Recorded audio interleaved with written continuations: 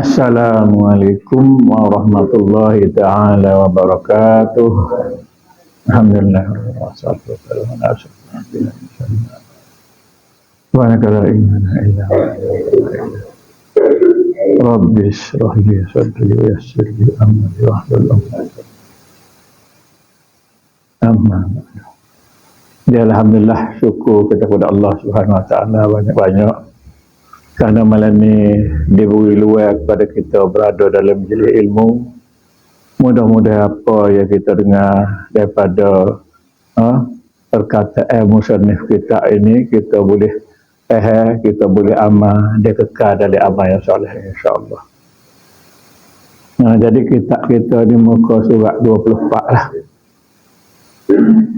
Surat 24 bawah sekali, bahagian kedua bawah.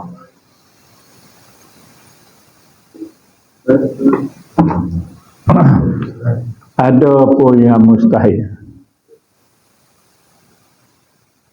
Ada pun yang mustahil pada segala Rasulullah itu empat juga. Empat juga tu lagu mana? Iaitu lawa bagi yang wajib dahulunya. Lawa bagi yang wajib. Yang wajib lagu mana? Dah kita tahu dah sifat Rasul yang kita kena turut, yang kena ikut. Ialah sidik, amanah, tabligh, patanah. Pak sifat tu kita kena turut, kena amal. Supaya kita tidak tergolong daripada orang munafik. Kalau kita kecek, Nabi kecek benar, kita kecek pelawak. Nabi amanah, kita khianat. Nabi menyapakan, kita sembunyi. Kalau berjanji pun tidak tepati, maka golongan munafik. Jadi minta jauhlah kita kepada Allah dengan sifat ni. Jadi kita cubalah amal sifat Rasul, iaitu sidik, amanah, tabligh, patanah. Jadi yang pertama apa dia? Iaitu kazab. Atau kazbun, dia ke kaz. Arti kazab dusta, pelawak, kecek tak betul. Dia kecek selain daripada Al-Quran dan hadis. Mana kita kecek itu tidak dibenarkan oleh Al-Quran dan hadis pun dipanggil dusta juga. Atau kita kecek itu, kita tu cara kafir, bukan cara Islam, pun dusta juga. Iaitu dusta tu lawa bagi sidik, lawa bagi kebenar. Benar ni ialah apa yang Tuhan royak, apa yang Nabi royak, itulah benar. Tapi akhir zaman ni kita kena tengok pada empat rujukan lah, iaitu Al-Quran, hadis, ijma' ulama dan qiyas. Empat itulah menjadi sumber rujukan kepada kita untuk cari sidik, untuk cari benar tadi. Kedua, khianat. Khianat ni artinya menukari lawa bagi amanah. Jadi khianat ni maknanya kita kecek tu, kita buat lari pucuk. Ataupun kita royak tu ada benda-benda di sebalik kita kata tu. Macam syaitan khianat kita. Dia kata buat ibadat banyak lah. Mula ni mendengar kita ada. Apabila buat ibadat banyak ni, muaka disegani oleh manusia. Dia orang akan sanjung sebagai seorang yang alim. Maka kalau duduk sebagai seorang yang alim, berbahagialah kamu. Cuba tilik mana dia tipu kita.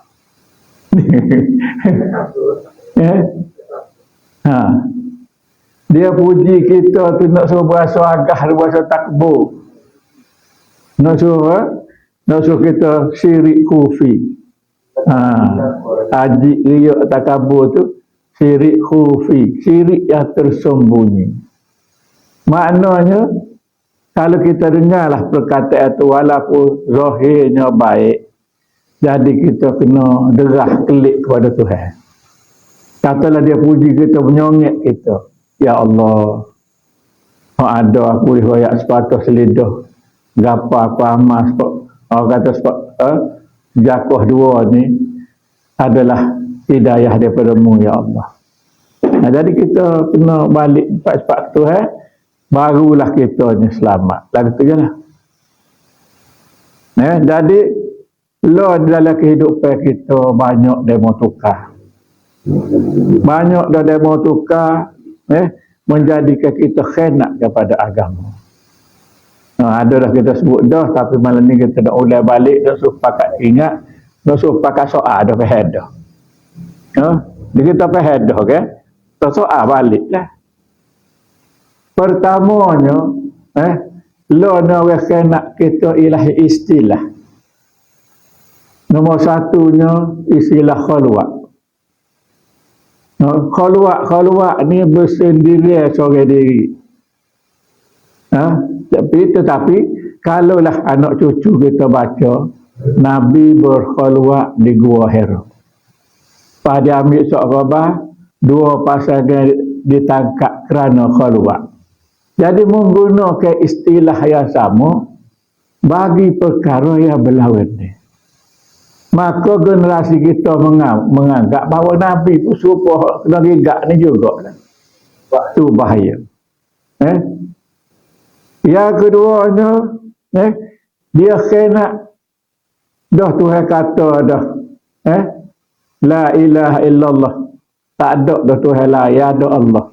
Kita suruh mengaku lain pada Allah pun Tuhan juga. Khianat tu. Khianat kita ada tu.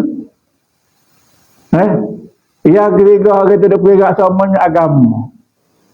Tuhan kata inna dina indallahil Islam. Agama di sisi Allah ni Islam aja. Kita sebut hak lain pada Islam ni agama, mana khianat? Kita khianat ada. Bapa kita sebut hak lain pada agama, pada Islam kita kata agama, sedangkan Tuhan mengakui Islam aja agama, misalnya. Dia kata tak boleh lah, kita kena dengar kata ulama. Ulama kita kena pilih ulama suka, ulama akhirat.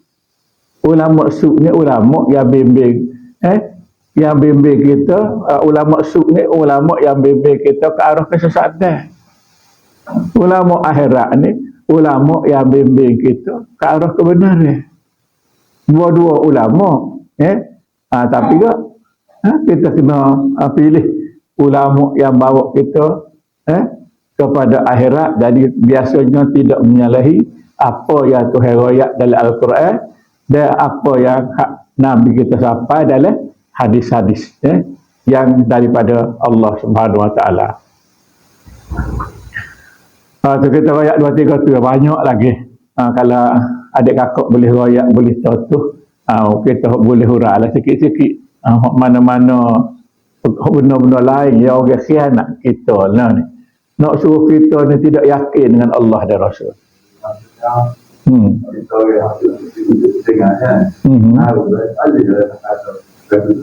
boleh lah. Bukan salah apa dia kata nak duk khianat kepada agama.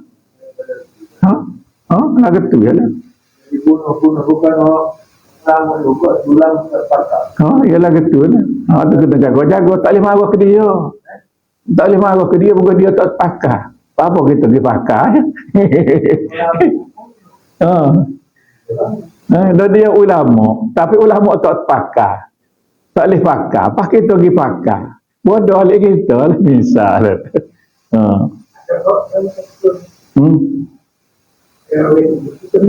Kalau ada ruang boleh. Kalau tak ada ruang jangan.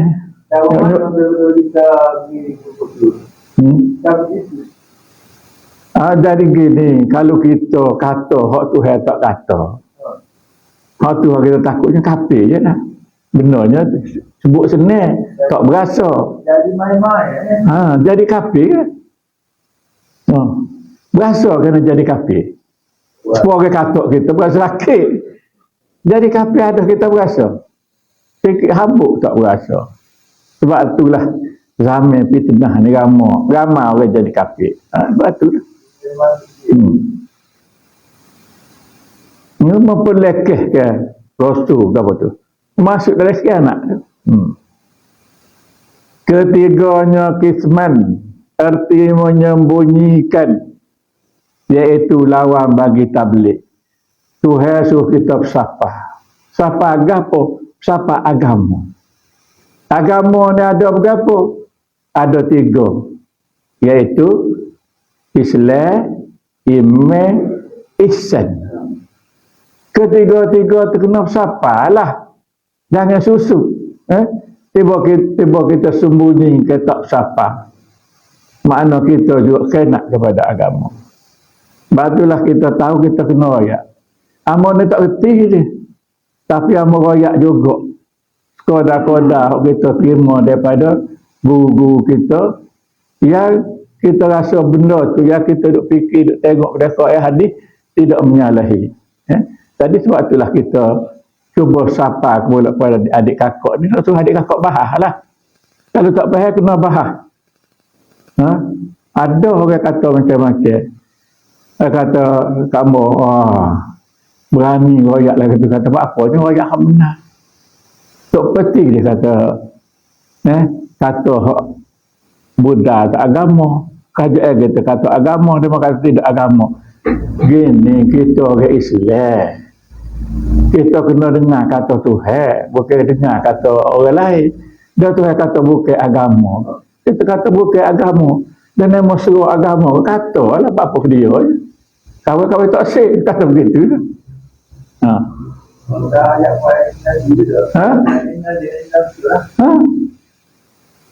Kalau kita nak cuba tafsir lah kepada inna dina indallahi Islam.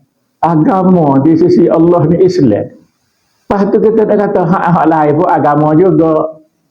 Kita sidik pada Tuhan. Lagu mana?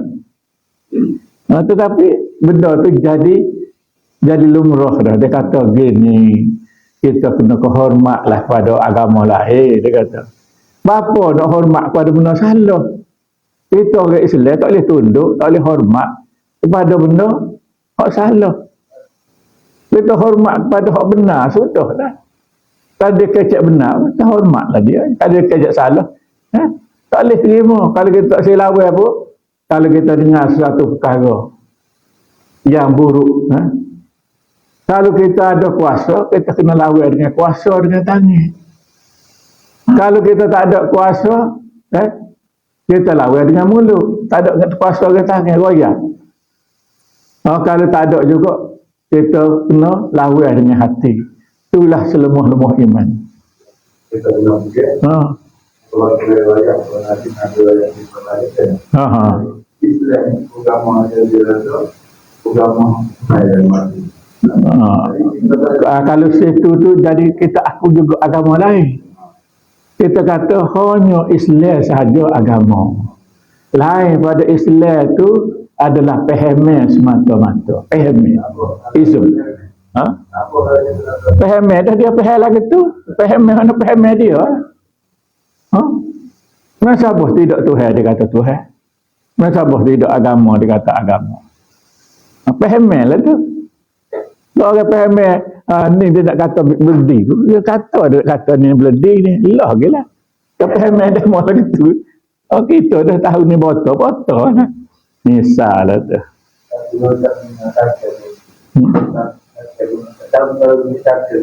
Tak tahu lah. Amor pun tak berani nak kata.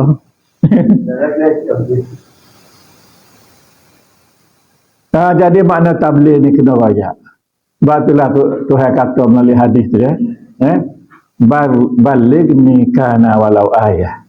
Mungkin siapa mana menduduk walaupun satu ayat satu royak. Supaya benda ni pertamanya jadi titih kita akan datang. Kita siapa ilmu ni jadi titih kita akan datang di akhirat nanti.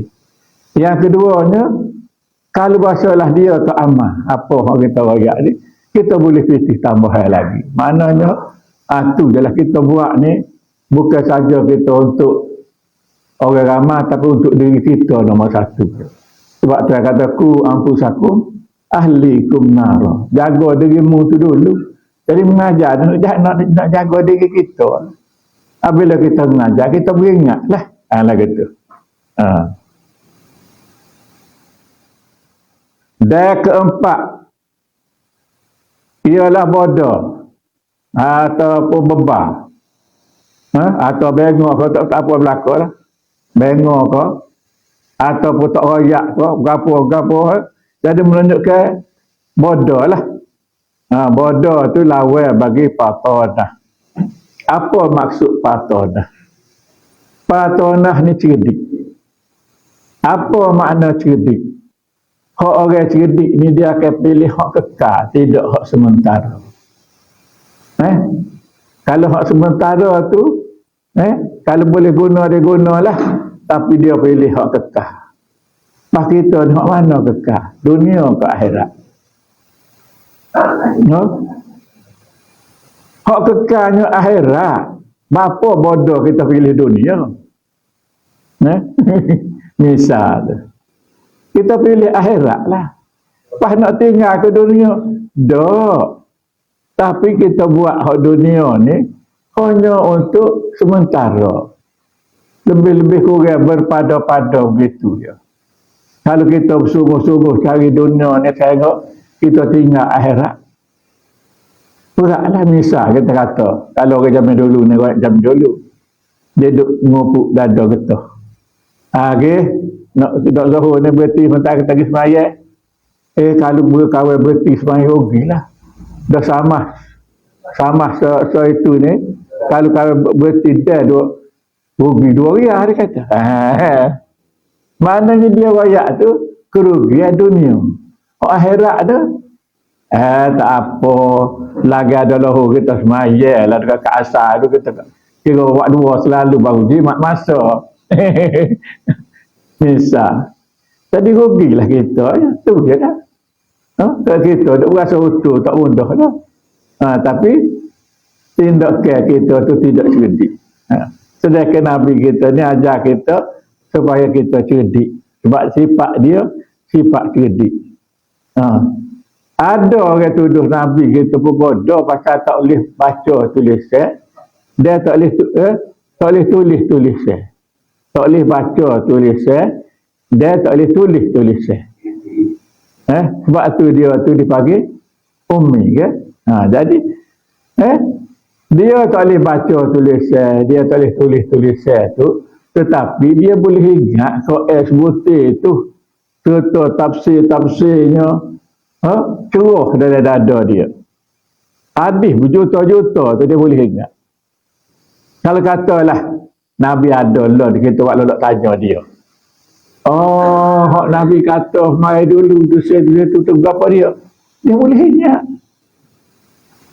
Hak tahun lepas pada tarikh ni dia boleh ingat.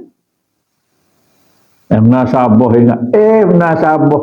Hak budak Indonesia tu. Kalau dia mau tengok dalam WhatsApp, dia boleh ingat muka surat berapa, ayat yang berapa, juz berapa, dia boleh royak. Dia boleh royak juz berapa, pasal surah mana, dia boleh royak belakang. Padahal dia duduk sini, tak ada khair depan dia. Apa? Tuhan bagi hidayah, ingat kepada dia. Nabi lebih lagi lah. Jadi jangan duk skor bahawa Nabi itu bodoh. Jangan skor dah. Tak boleh letak sikit tu. Sebab setiap Rasul dan Nabi ini wajib cerdik. Patonah. Mustahil bodoh. Boleh kata?